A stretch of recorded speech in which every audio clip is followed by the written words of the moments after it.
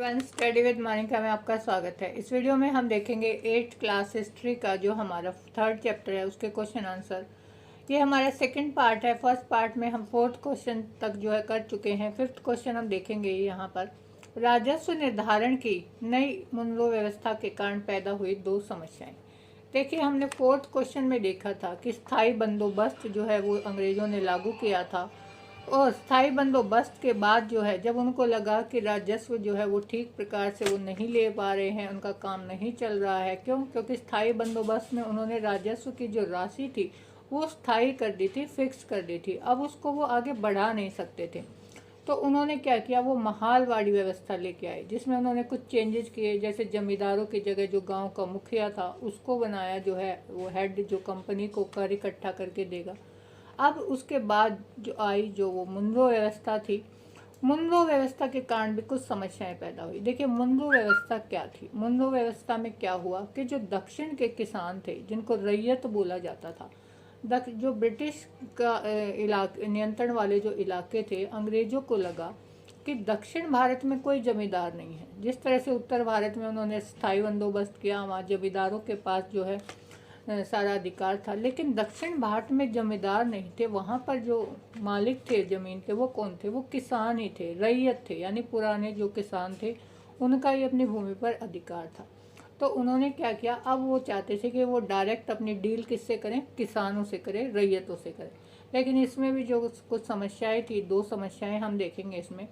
जमीन से होने वाली आय को बढ़ाने के चक्कर में राजस्व अधिकारियों ने बहुत ज़्यादा राजस्व तय कर दिया। किसान राजस्व नहीं चुका पा रहे थे और गांव छोड़कर जाने लगे। जो ब्रिटिशर्स थे, अंग्रेज थे, उन्होंने क्या किया कि उनको लग रहा था कि वो अपनी आय को बढ़ा सकते हैं। वो कैसे? कि ज़्यादा से ज़्यादा शुल्क इनसे लेंगे, राजस्व हम किसानों से लेंगे। तो उन्होंने इतनी ज़्यादा मात्रा में राजस्व उनसे वसूलना शुरू कर दिया, किसानों से, कि किसानों के पास कुछ बचता ही नहीं था। वो खेती करें भी तो किस लालच में करें, जब उनके पास कुछ बचेगा ही नहीं। पूरा साल वो मेहनत करते थे, तो वो इस हालत में नहीं थे कि वो राजस्व चुका पाएँ। और उन्होंने क्या किया, अपनी ज़मीनों को छोड़कर जो है गांव को छोड़कर जाना शुरू कर दिया। दूसरी समस्या ये हुई कि मुनरो व्यवस्था से अफसरों को उम्मीद थी कि यह नई व्यवस्था किसानों को संपन्न, उद्यमशील किसान बना देगी, लेकिन ऐसा कुछ भी नहीं हुआ।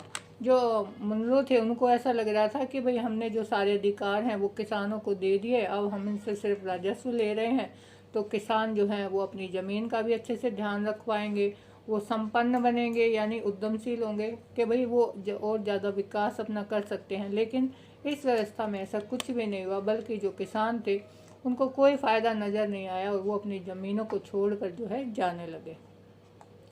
6th क्वेश्चन हम देखेंगे। इसमें रैयत नील की खेती से क्यों कतरा रहे थे? रैयत किसको बोला जाता है? रैयत बोला जाता है किसानों को। जो किसान थे वो नील की खेती करने से क्यों कतरा रहे थे, क्यों डर रहे थे? नील मैंने आपको पहले भी बताया था। नील एक ऐसा पौधा था जिसका जो है कपड़ों को रंगने में जिसका प्रयोग किया जाता था। तो जो अंग्रेज़ थे, यूरोप में जो है बहुत ज़्यादा इसकी मांग बढ़ गई थी। जब औद्योगिकरण हुआ यूरोप में, तो नील की मांग बहुत बढ़ गई थी। हालांकि वहाँ पर एक और पौधा था, वोड नामक पौधा, जिसका प्रयोग भी कपड़ों को रंगने में किया जाता था, लेकिन उसकी क्वालिटी इतनी अच्छी नहीं होती थी जितनी नील की होती थी। तो जो अंग्रेज़ थे, अब वो अपने नियंत्रण वाले इलाकों पर, यहाँ भारत में ज़बरदस्ती जो है लोगों से नील की खेती करवाने लगे थे। लेकिन जो किसान थे, जो रैयत थे, वो नील की खेती नहीं करना चाहते थे। उसके पीछे क्या कारण थे वो हम देखेंगे। किसानों को नील की खेती करने के लिए आगामी ऋण दिया जाता था। देखिए, जो जमींदार होते थे, जो मालिक होते थे बागानों के, वो क्या करते थे, वो किसानों को आगामी यानी पहले ही ऋण दे देते थे, यानी कर्जा दे देते थे कि भाई आप जो है अपनी ज़मीन पर नील की खेती करोगे, नील उगाओगे। परंतु फसल कटने पर कम कीमत पर फसल बेचने को उनको मजबूर किया जाता था।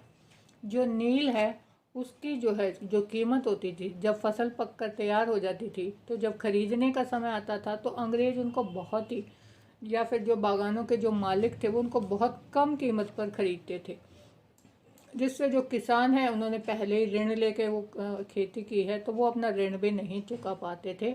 और इससे क्या होता था कि कभी न ख़त्म होने वाले कर्ज के चक्कर में वो फंसे रह जाते थे, यानी उनको फिर से कर्ज लेना पड़ता था, फिर से खेती करनी पड़ती थी। तो बार बार उनको जो है वो इसी चक्कर में लगे रहते थे, बार बार नील की खेती करते थे, फिर से कर्ज लेते थे और उनके पास जो है बचत कुछ भी नहीं होती थी। तो इसलिए भी वो जो किसान थे, जो रैयत थे, वो नहीं करना चाहते थे नील की खेती।